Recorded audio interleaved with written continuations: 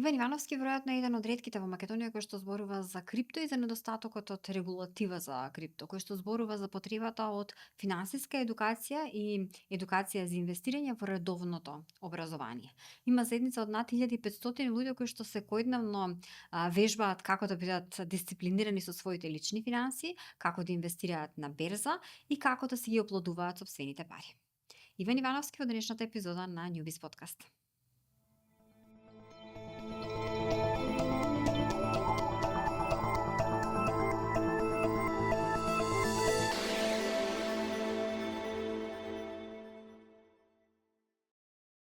Иван Ивановски, добре дојде во Newbiz подкаст. Фала на поканата.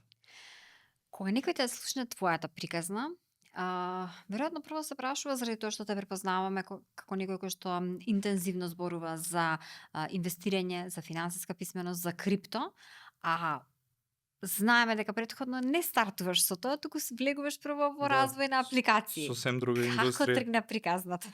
Најпрво почнав како IT девелопер, потоа имав фирма за mobile development, за апликации и дури пред 6-7 години почнав со инвестирање. Знаеш како прво за стартапите кои креираш, бараш инвеститори, размислуваш како тие размислуваат од другата страна, за да можеш да привлечеш инвестиција и после ми стана интересно да бидам и од другата страна и почнав да учам за инвестирање. Што е наученото од Веником, од развојот на апликации, од барањето од другата страна, да бидеш не од инвеститорската, од барањето на финанси, што ти помага сега во оваа нова кариера? Па види, целата работа со IT, со девелопмент, доста ме имаат усмерено да размислувам на начин како софтверски инженер и да носам одлуки врз база на тие работи. Значи, некогаш е многу битно како ние ќе ја размислиме целата работа и како ќе настапиме. Истото е случува и во фирмата, а истото е случува и во инвестирањето. И на многу теми имаме дискутирано и во фирмата. Како пример, јас од IT си имам пренасочено во инвестирање. Но тоа дури можам да кажам дека ми како некаков competitive edge, заради тоа што кога ќе се спојат двете работи добивате нешто многу посилно, што не можат да го видат и да го предвидат обичните пример економски аналитичари или луѓето кои што работат само во IT сферата. За тебе веројатно дошло природно тоа да се префрлиш кон инвестирањето, меѓутоа не за секој е така и не секој има истата кариерна патека.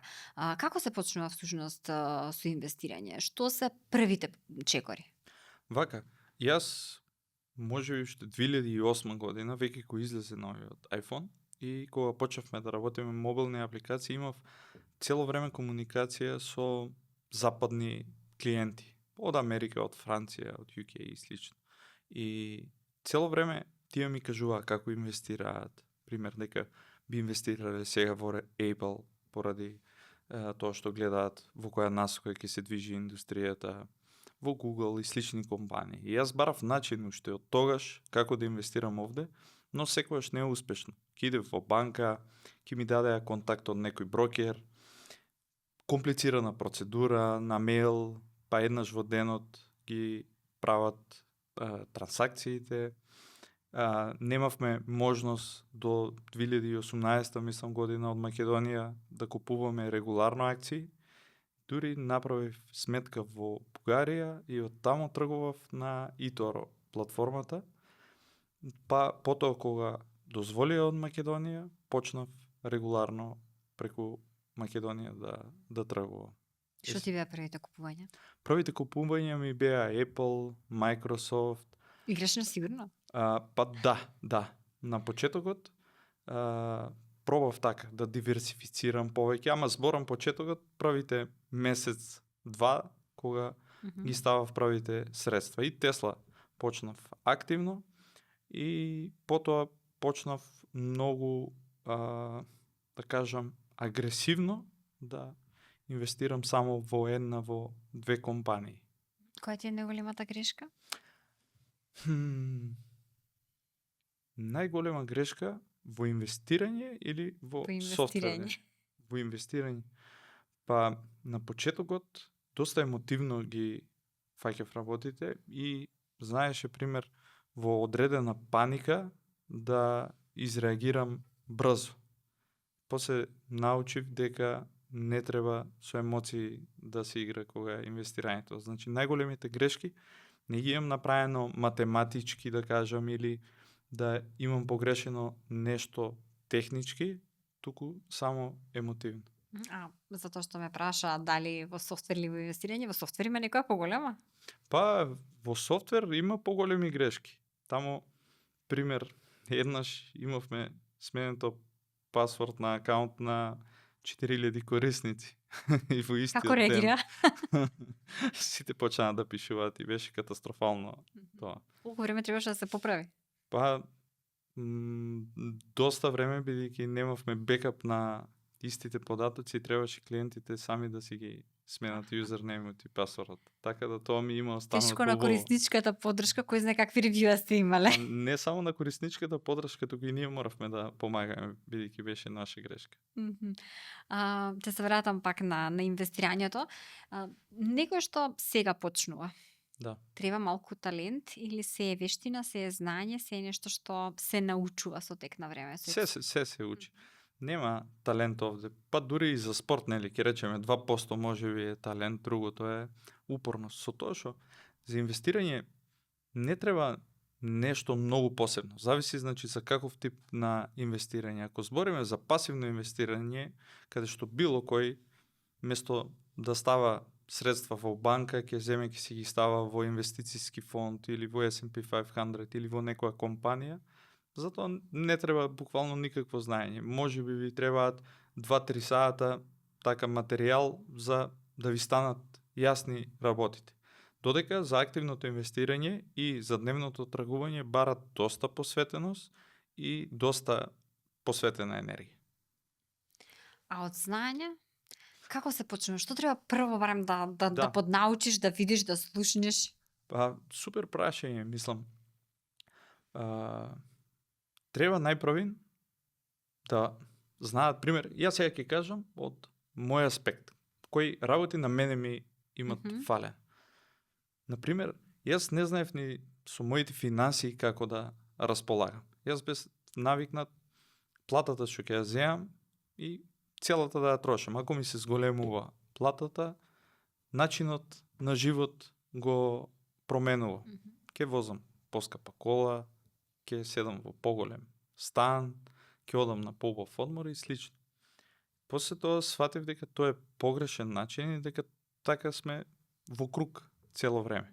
Дека треба главното правило, кое што го сватив можеби на 30 години, е дека треба средствата најпрвин да ги инвестирате, па од средствата од кои парите сами ќе прават пари, тогаш да од тој дел да трошите. Тоа е наједноставната дефиниција. Значи првиот чекор пред да почнете со инвестирање е да знаете зошто треба да почнете со инвестирање. Прво да ги научите сите тие работи. Има тука ситници, пример, треба секој да има, да речеме, emergency фонд. Тоа се некои основни работи кои ја доколку можам би ги ставил да се учат и во средно или во основно образование. Бидејќи сваќам дека моите родители ако ме учеле на тие работи, сигурно уште поуспешен ќе бев сега. Ама тоа е на некој начин и себерегулација, дисциплина бара. Не знам, ако решиш дека овие 100% приходи јас сега ти ги делам, не знам, 50 за тековни трошоци, 30 за заштеда, 10 emergency фонд, 10 инвестирање или како год да ја направиш таа распределба, тоа си подразбира дисциплина, тоа си подразбира дека јас имам пари, ама нема да ги потрошам, не знам, за ручек, кафе, патување или што год да е, заради тоа што поинаку се наменети. Ја прво ќе кажам како размислов. Ја размислов дека треба цело време да правам нешто, мојата плата да се зголемува и на тој начин да уживам повеќе во работи. У суштина, работата е да инвестираме повеќе во дадени работи, тие средства да се оплодуваат и веќе од нив тогаш на еден начин да се почастиме. Знаеш, кога те слушам вака како зборуваш, се враќам на оно што често го слушаме како базворд, финансиска писменост, меѓутоа реалноста е дека особено банките кои што на некој начин имаат и обврска да работат на потигнување на нивото на финансиска писменост, се фокусираат на тоа како се користи картичка, него откривај пинот, не знам, како Да, се да. внесуваат податоци при онлайн купување, а не и на тоа како се прават пари реално. Да, да. Како стоиме според тебе, особено кај помладиве генерации со финансиската писменост? Па не е баш најдобра ситуацијата. Гледам, нели, по самите луѓе како реагираат, како коментираат на работи, како ги трошат средствата за какви работи и слично. Мислам дека тука има многу простор за работа, па и затоа почнав дури каналот и на Instagram профилот да ги споделувам тие работи, бидејќи доста на почетокот беа изненадени за како јас пристапувам кон финансите и кон инвестирање. Јас сепак, нели, не потекнувам од сфера економија или финансии. Што се најчестите прашања што луѓето ти ги поставуваат, а од кои што гледаш дека ни недостасува едукација? Па, многу од луѓето, пример, мислат дека треба да почнеш со инвестирање ако имаш многу пари. Значи, тоа го имам забележано скоро од сите. Суштина се е, како што кажавте вие, дисциплина. Не е битна сумата со која ќе почнеш. Битно е, пример, да започнеш од некаде и да имаш дисциплина, да го правиш тоа. Значи, дали некој ќе има 500 евра плата и 50 евра ќе става секој месец за инвестирање, е потполно исто како некој да има 5000 евра плата и да става 500 евра. Битно е да научите, а потоа како вие ќе имате поголема плата или слично, ќе инвестирате само поголем процент. Имам некои интересни правила, пример, за такви работи што ги споделувам на студентите. Например, има едно правило, доколку купиш нешто, истата сума треба и да ја инвестираш. Значи, ако сакаш да си купиш, пример, iPhone 16 и 1000 евра, и 1000 евра инвестирај. Ако сакаш да си купиш кола, пример, 4000 евра, треба да инвестираш и 4000 евра. И со овој принцип доста добро функционира и Малку се купува со овој принцип. Така, затоа што реално. Да, и овде е битно, значи, дали некоја работа може да си ја приуштиме или некојаш правиме лоша проценка. Например, ако немате за некоја работа да си ја купите 2 пати, значи не треба да ја имате. Аха. Да, значи, ако не можеш 2 iPhone да си купиш, тогаш нема ни еден да купиш. Овде треба многу мислење. Она што како приговор, Добро. секој ти го даде, а што правиме со ризикот? Мене ми е најбезбедно, си ставам у банка, знам, таму се и толку е. Како се учиме на менеджирање на ризик? Супер ќе ти кажам, значи, непревземањето на ризик е најголем ризик. Може би ти звучи комплицирано, но ако ставиме парите во банка и каматата која што ја добиваме, моментално, максимум некаде околу 3%. Инфлацијата е многу поголема од таа камата. Значи, состојањето на пари, без да бидат инвестирани, ние сигурно губиме. Значи, можете и вие да се вратите неколку години и да видите колку се биле цените на станови, цените на автомобили, цени на кафе и слично. И може да забележите колкава инфлација имаме. Значи, парите неинвестирани ви се веќе изгубени средства. Се намалува вредност. Значи, неинвестирањето е најголем ризик. Сега, следна работа на која изучуваме, нели, е пасивното инвестирање. Тоа е најлесен начин за инвестирање и тоа е инвестирање во ETF фондови. Например, како S&P 500, и во таа ситуација вие ги распределувате средствата во 500, пример, најдобри компании во Америка. Ризикот е ако пропадне Америка и ако пропаднат Microsoft, Google, Nvidia, Tesla, сите компании да пропаднат, тогаш и вие ќе ги изгубите парите. Сега може да ставите на вага и да го препорачуваш овој пристап со Па, фондовите? Зависи, значи спрема од многу фактори зависи како треба да се инвестира и колку треба да се инвестира. Тука често ќе кажам на Балканот сите како една иста математика, една иста формула дават за сите, што за мене е многу погрешно. Бидејќи ако си помлад, можеш да земеш поголем ризик. Ако веќе си фамилиарен, имаш деца, ризикот ќе се автоматски имплементира и на останатите од твојата фамилија. Не е исто ако си 20 години, ако си 30 или ако си пред пензија, пример 60 години. Значи, за секоја возраст, за секој начин, зависи од колкава е, пример, вашата кредитна изложеност, дали имате или немате emergency фонд и слично. Многу е различно и тоа се едноставно учи. Во еден ден вие може да осознаете каква треба да биде вашата стратегија за инвестирање. И сега, некои е окей да инвестираат во фондови, ама тоа е за луѓе кои што имаат веќе изградено многу голем, пример, капитал и сакаат да ги акумулираат средствата, да имат некој поврат од 11% е, пример, просечно S&P 500 во последните 60 години. И ако таргетот ви е тој, да имате некаде околу 11%, неќете да превземете голем ризик, тогаш инвестирате, пример, во S&P 500. Доколку сте, пример, како мене, ја на 30 години, бев all-in во Тесла, пример. И некои такви акции може да ви направат огромен раст. Значи, додека се помлади, препорачувам да превземаат повеќе ризици. Како се зголемуваат годините, така ризикот треба да се намалува. И сега некој така те слуша и вели, all-in у Тесла, тоа треба да го направам.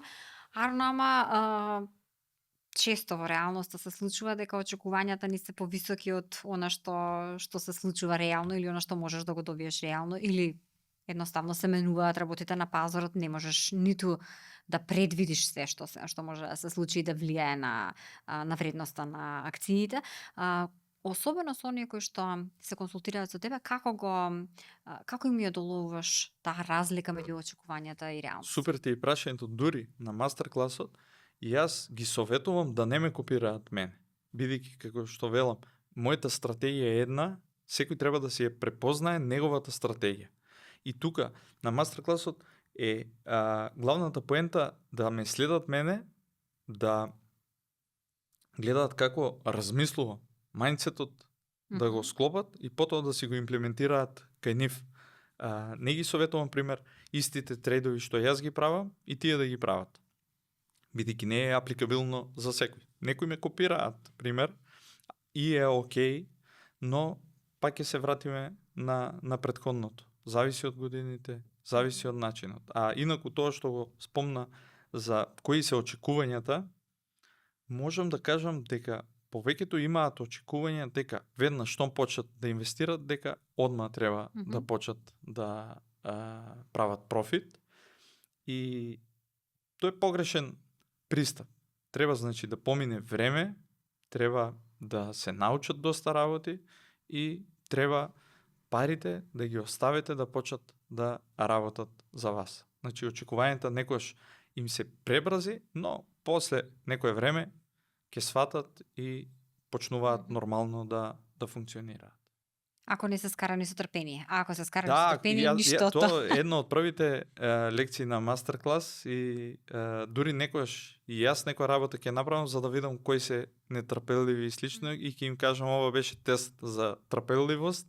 Гледам дека не сте трпеливи, подобро да не одите на берз. Не си ти за тука. Да.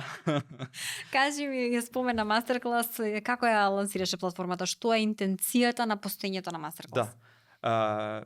Некако заради тоа што посветив доста време и енергија околу инвестирањето и како да се инвестира, осетив потреба дека тоа треба да го споделам и со останати.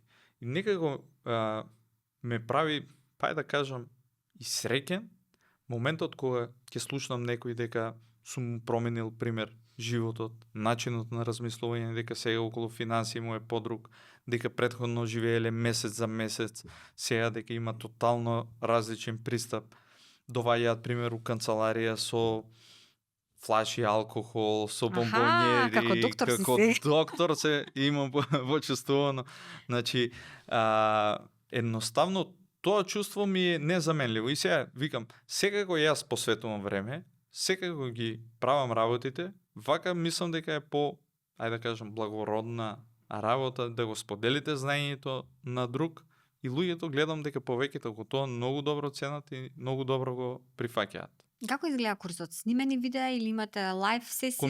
Комбинации. Имам снимени видеа и имам поеднаш во неделата лайв сесија, а моментално сме и 6 луѓе имам во тимот, па и двајца од нив имаат исто по една лайв сесија, едни од техничка анализа, други од фундаментална анализа, и јас, пример, еднаш во неделата, среда, во 9 сати, правам анализа на претходната недела, што се има случајно и што очекувам, пример, во следната недела, и директно дискутираме за моментални ивенти и настани, за да им бидат појасно како некој настан се рефлектира на берзата. Има ли некое прашање од слушател на курсот што те онака изненадило, баш не си очекувал, или вите ништо не може да те изненади на темата? Не, може да ме изненади. Ја, знаете како, никош не упаѓам со пристап дека јас знам се, пример, и дека јас сум најпаметен. Секогаш гледам да се окружувам во средина со попаметни. На курсот, верувајте дека има многу попаметни луѓе од мен. Сега зависи, нели, у која бранша, у која вредност. Има попаметни математичари, некоја анализа, пример, ќе ја кажат, ќе ја направат. Некои има одредени делови, пример, сегменти во инвестирање, кои што ги имаат поминато и ги знаат веќе многу подобро од мене. Дали фундаментална анализа, дали техничка анализа, си имаат насочено тие делови, и веќе тие луѓе знаат во некоја специфична од нас многу повеќе од мене. Така да јас секојаш им викам, нема глупави прашања, секој да поставува какво сака прашање. И не се поставувам така како над нив, како професор, туку баш најпријателски им давам совети од природа, од едноставни некои работи што се случуваат. Не пробам ни да користам некои економски, финансски, високи термини за да изгледа тоа нешто комплицирано, туку пробам со едноставни примери тоа да го направам. И сега знаеме дека нешто се случува во светот, стигнува веста на CNN, више се рефлектира на берза. Како гледаш оваа експанзија на вештачка интелигенција, блокчейн, крипто, промени во нови технологии нон-стоп? Како гледаш дека се рефлектираат на финансискиот сектор и на бизнисите кои што се на берза? Супер ти е прашањето, бидејќи според мене тоа е иднината. Компаниите кои што инвестираат во AI конкретно ќе бидат лидери во нивните сектори. Тие што нема да го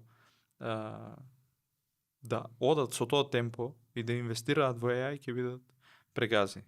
Тука е иднината, гледаме веќе real world AI примени на одредени работи, дали со роботакси, дали со роботи, дали ChatGPT или слично. Гледаме каква експанзија се прави, колку порано почнат и сватат компаниите дека тоа е иднината, толку подобро за нив. Ќе се случи голема револуција, ќе се случат доста промени и само тие што ќе се up to date со работите ќе останат, другите ќе бидат прегазени. Има муабети во Македонија дека нема кој не инвестирал во крипто. Ти си еден од ретките кој што зборува, кој што едуцира на темата, меѓутоа кој што ги согледува недостатоците што ги имаме, што од општество, што од регулатива, што од едукација. Како гледаш на крипто во Македонија? Ни фали нешто? Заблуда е? Топе? На кај се движиме? Види, зависи пристапот како е спрема крипто.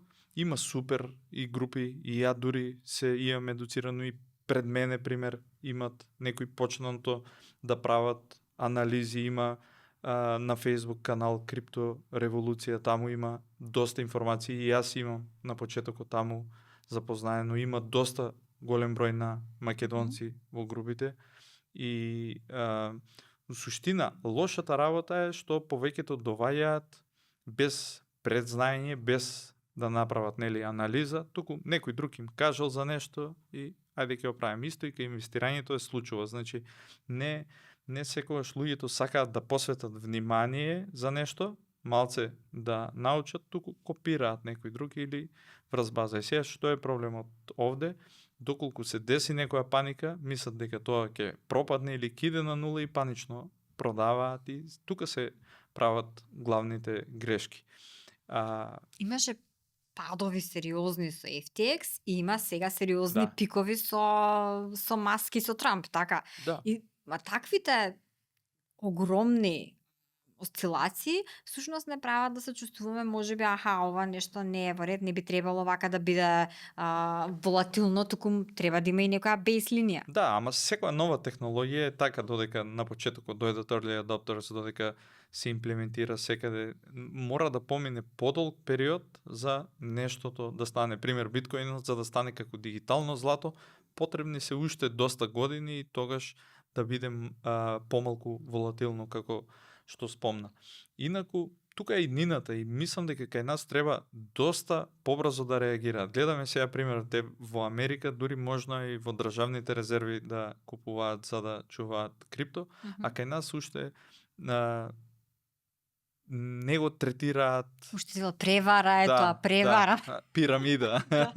Тие разговори си ќе испадне дека ние македонците ќе треба регуларно да купиме крипто на all time high, кога ќе биде на Поминал врво. возот. Да, значи затоа мислам дека секоја држава, ако сака да помогне на својот народ, треба секогаш некои нови технологии, нови работи да ги овозможува на луѓето. Така ќе направиме појака и финансиски писмена нација, така ќе овозможиме на некој да профитира од целата работа, а не со некои стриктни регулативи. Значи малце по динамично законодавство би се рекло, поголема брзина, агилност во менување на регулативата и ако ништо друго стратешки пристап. Ја неколку пати имам напишано и јавно и се им стоам бесплатно на располагање на било која институција, на било која ако сакат, ќе седнеме, има многу луѓе од овој сектор. Ќе седнеме на маса, брзо може да се средат некои работи. Бидејќи сега верувајте македонците имаат доста проблеми. Јас гледам групата, ако е нашата за инвестирање општо, пак има, нели, повеќето од нив инвестираат и во крипто и дискутираме и ние и за крипто и за се. Ама од некои банки им се блокирани трансферите за да ги прават. Некои картички исто се блокирани. Мислам, според мене лично нема поента. Пак тие бараат друг начин како да префрлат на некоја друга платформа, па оттаму само им прават покомплицирано на македонските граѓани или ќе одат директно во менувачница, тоа да го прават и слично. Место да го регулираат, да си зимаат 10% капитална добивка, се да биде окей, да може да инвестираат сите, прават некоја многу лоша клима. Каква ти е визијата? Може би е премногу бесмислено да правиме проекции за 5 години, ама каква ти е визијата за 2025 конкретно? Од 2025 или од 2025 за 5 години за до 2030? Или Ај, 2025 вака како посигурно, Да. затоа што 5 години е навистина многу во услови Не, кога многу работи се менуваат. Не, ја обично секојаш кога поставам визија, си поставувам многу по-долгорочна визија. Обично не знам, пример, за една година што ќе видам, ама знам за 5 до 10 години што сакам да направам. Моментално работам на отварање на хедж фонд, инвестициски фонд со одредена со одреден посебен дел, но тука ќе кажам дека главната цел на мене ќе ми биде да пробам што е можно повеќе да ги едуцирам македонските граѓани и што е можно повеќе профит да донесам на македонските инвеститори. Значи, јас сепак не сум некој што може да гарантира сигурен приход, знаеме како берзата функционира, секој им кажувам на хајп дека мора да внимаваат, дека има и лоши периоди, PR маркет, каде што акциите паѓат.